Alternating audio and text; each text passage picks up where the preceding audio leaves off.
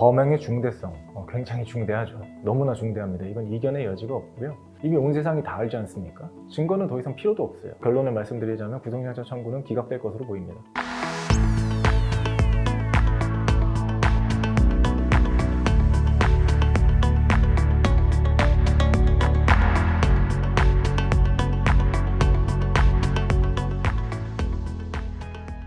변호사님, 오늘 가수 김호중 씨 음주 뺑소니 구속영장 실질 심사가 열린다고 들었어요. 네, 오늘 뉴스에도 지금 계속 실시간으로 대서특필되고 있는데 김호중 씨 영장 실질 심사가 오늘 열리는 날이죠. 구속영장 실질 심사가 뭔가요? 구속영장 실질 심사는 우리 그 헌법상 무죄 추정의 원칙이 있죠. 무죄 추정의 원칙이 뭐냐면 그냥 유죄로 재판에서 확정되기 전에 예단을 가지고 유형무형의 어떤 불이익을 가해서는 안 된다라는 말인데요. 그런데도 불구하고 구속된 상태에서 재판을 받거나 혹은 불구속된 상태에서 재판을 받거나 이런 경우가 있죠.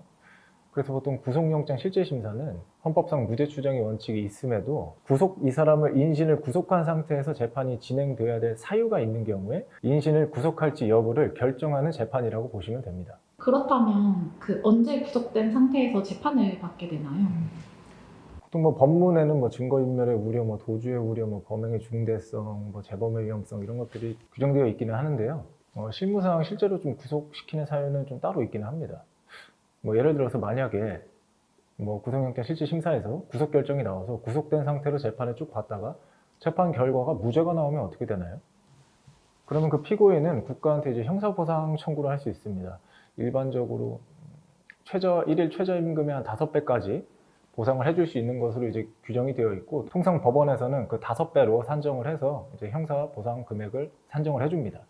그 외에 또 명예회복을 위해서 홈페이지나 법원 홈페이지 이런 곳에 무죄 나왔다는 판결문을 공고한다던가 그런 것들을 또 할 수 있고, 만약에 구속된 상태에서 재판을 받다가 무죄가 아니고 집행유예가 나왔다고 해봅시다. 이 경우에도 형사 보상을 국가가 해줘야 되는 경우가 발생할 수 있어요.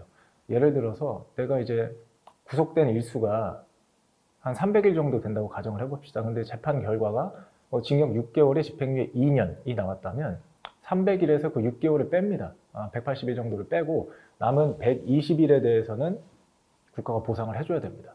이렇다 보니까 어떻게 보면은 먼저 인신을 구속하는 것에 대한 국가의 리스크가 있죠. 그렇다 보니까 실무상 실제 구속영장 실질 심사에서 인신을 구속하는 결정을 할 때는 그 유죄의 가능성이 굉장히 높아야 하고, 거기에 더해서 실형 가능성도 좀 높은 경우에 보통 이제 인신을 구속하는 결정이 나옵니다.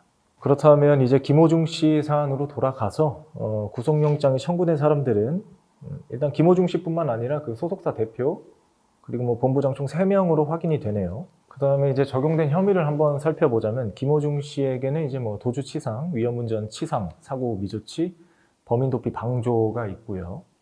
그 다음 소속사 대표에게는 범인도피 교사, 그리고 그 본부장에게는 범인도피 교사와 증거인멸 혐의가 적용됐네요. 이게 사안이 처음에 매니저가 옷을 바꿔 입고 대리자수를 하고, 그 다음에 본부장이 이제 경찰에 자수하기를 본인이 블랙박스 메모리칩을 삼켰다, 이런 진술도 있고, 이 매니저가 옷을 바꿔 입고 대리자수한 것을 이제 그 소속사 대표와 본부장이 이제 시켰다고 해서 이 둘에게는 범인도피 교사가 적용된 거고요. 그 김호중 씨한테는 방조가 적용됐는데 그 이유는 그 사실을 알고 있었다. 시킨 건 아니지만 김호중 씨도 이걸 알고 있었기 때문에 방조 혐의가 적용된 것으로 보입니다. 본부장은 이제 블랙박스 메모리칩을 삼켰으니까 증거인멸 혐의가 적용된 거고요. 그리고 또 어떤 기사를 보면 김호중 씨한테 음주운전 혐의가 빠졌다고 하는데 이건 틀린 말입니다. 위험운전 치상이 음주운전이에요. 즉 일반 음주운전보다 그 형이 비교가 안 될 정도로 굉장히 무겁게 처벌하는 규정입니다. 즉 보통 음주운전을 통해서 사고가 나면 통상 그 음주운전 도로교통법 위반, 음주운전이랑 교통사고 처리 특례법이 적용이 됩니다. 하지만 도저히 몸을 가누지 못할 정도로 만취한 상태에서 운전을 해서 사고가 난 경우는 이 특가법 5조의 11 위험운전 치상이 적용되는 거고요. 그렇기 때문에 음주운전이 이 안에 포함된 겁니다. 이러한 혐의들로 이제 그 피의자들이 구속된 상태에서 재판을 받게 될지 불구속된 상태에서 재판을 받게 될지 오늘 결정하는 거죠. 먼저 오늘 재판이 열리기 한 30-40분 정도 전에 피의자들의 인신을 먼저 구인을 하고요. 그 상태에서 이제 재판이 열리고, 재판이 끝나면 이들은 경찰청이라든지 아니면 근처 뭐 경찰서 아니면은 그 지역 교도소로 이제 이송이 돼서 결과가 나올 때까지 구인된 상태로 이제 대기를 합니다.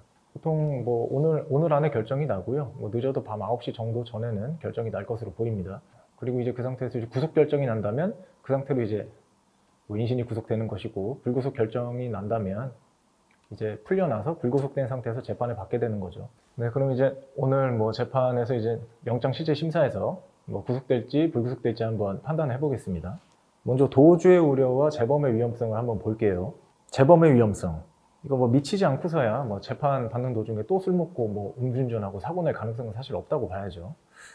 그리고 뭐 도주의 우려도 뭐 대한민국에서 지금 펜싱이 굉장히 두터운 것으로 알고 있고, 그 다음에 뭐 수익도 상당한 것으로 알고 있는데 뭐 해외로 도주하거나 뭐 그럴 일은 없겠죠.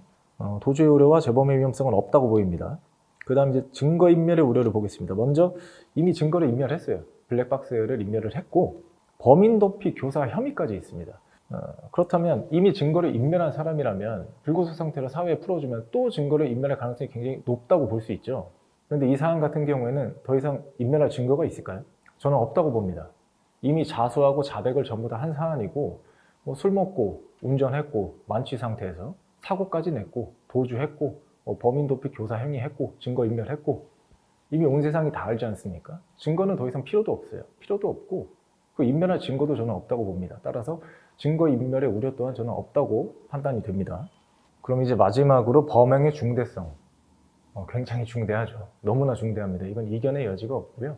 그렇다면 범행이 중대한데 실제 본안 재판에 가서 김호중 씨나 뭐 기타 다른 분들이 뭐 실형이 선고될 가능성이 높은가를 보자면 김호중 씨만 좀 판단을 해보겠습니다. 김호중 씨가 굉장히 지금 적용된 혐의가 굉장히 중하기 때문에 김호중 씨가 만약 이 사건이 초범이고 그리고 뭐 변호사가 뭐 잘 대응을 한다면 실형 가능성은 그렇게 높아 보이지 않습니다. 하지만 김호중 씨가 뭐 음주와 관련해서 동종 전력이 있다거나 변호사가 제대로 대처하지 못한다면 이건 실형이 선고될 가능성이 매우 높죠. 그리고 그 변호사의 능력은 오늘 이제 뭐 판가름 나겠네요. 오늘 구속영장 실질심사 결과에 따라 판가름이 날 것으로 보입니다. 변호사님께서 맡으신다면 구속영장을 기각시킬 자신이 있으세요? 이 사안의 경우에 만약 제가 맡는다면 저는 100% 구속영장 기각시킬 자신이 있습니다. 그리고 이번에 이게 기각이 된다고 해서 끝이 아닙니다. 구속영장 청구에는 횟수 제한이 없기 때문에 뭐 2차, 3차 계속해서 뭐 경찰이나 검찰이 구속영장 신청을 다시 할 수 있어요. 물론 뭐 구속 사유를 좀 더 보강해서 뭐 재청구를 하겠죠. 그리고 재청구를 하게 되는 경우에는 이제 담당하는 판사님이 변경됩니다. 그리고 이 음주 관련 사안이 사실 법리적으로 그렇게 딱히 다툴 것이 없습니다. 뭐 이 사안 같은 경우에는 그 당사자가 김호중 씨니까 김호중 씨한테 그 범인 도피 방조를 하지 않을 기대 가능성이 있었느냐. 그래서 뭐 책임이 조각돼서 무죄를 주장하거나 뭐 이런 뭐 요소가 조금 보이긴 하지만 이미 자백하고 자수하는 마당에 뭐 그러한 주장을 한다는 건 좀 모순되게 보이고요.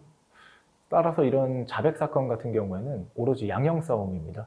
따라서 양형에 긍정적으로 참작될 수 있는 뭐 많은 사유를 재판 마무리 단계까지 정말 막 수십 가지의 사유를 구비해야 될 것으로 보이고요. 뭐 그런 가이드를 제공하는 것도 변호사의 능력이라고 볼 수 있습니다. 뭐 김호중 씨가 뭐 경제적으로 굉장히 뭐 어려운 사람도 아니고 아마 유능한 변호사를 선임했을 것으로 보이고요. 그리고 기사를 좀 몇 개 봤을 때 처음에는 뭐 말도 안 되게 뭐 혐의를 부인하다가 변호사를 선임하고 나서 자백하고 뭐 있는 사실 그대로 다 자수한 것으로 보이는데, 변호사가 아마 구속영장 청구될 것을 예상하고 그런 어떤 전략을 짠 것으로 보입니다. 유능한 변호사로 보여요. 따라서 결론을 말씀드리자면 구속영장 청구는 기각될 것으로 보입니다. 아마 이걸 보시는 분들이 어떻게 구속이 안 될 수가 있냐 뭐 이렇게 많이들 생각을 하실 것 같은데, 사실 뭐 오늘 구속되느냐 마냐는 뭐 재판에서 유무죄가 결정나는 것이 아니고요. 말 그대로 구속을 시킨 상태에서 재판을 진행할지 불구속 상태에서 재판을 진행할지를 결정하는 겁니다. 그렇기 때문에 뭐 본인이 자수하고 있고 죄를 전부 다 인정하고 있는 경우에는 통상 이제 뭐 구속시키는 경우는 드뭅니다. 그래서 아마 이 부분 같은 경우에는 사안을 봤을 때 이게 꼭 뭐 유명인이고 기각 결정이 난다 하더라도 그게 유명인이라서 기각 결정이 나는 것은 아니고요. 그걸 뭐 모든 일반인한테 대입해 봤을 때도 저는 기각 결정이 날 것으로 봅니다. 그럼 아무쪼록 오늘 영상도 뭐 구속영장 실질심사가 어떻게 이루어지는지에 대한 뭐 정보도 들어가 있으니까 뭐 유익하셨으면 좋겠습니다. 다음에도 좋은 영상으로 더 찾아뵙도록 하겠습니다. 감사합니다.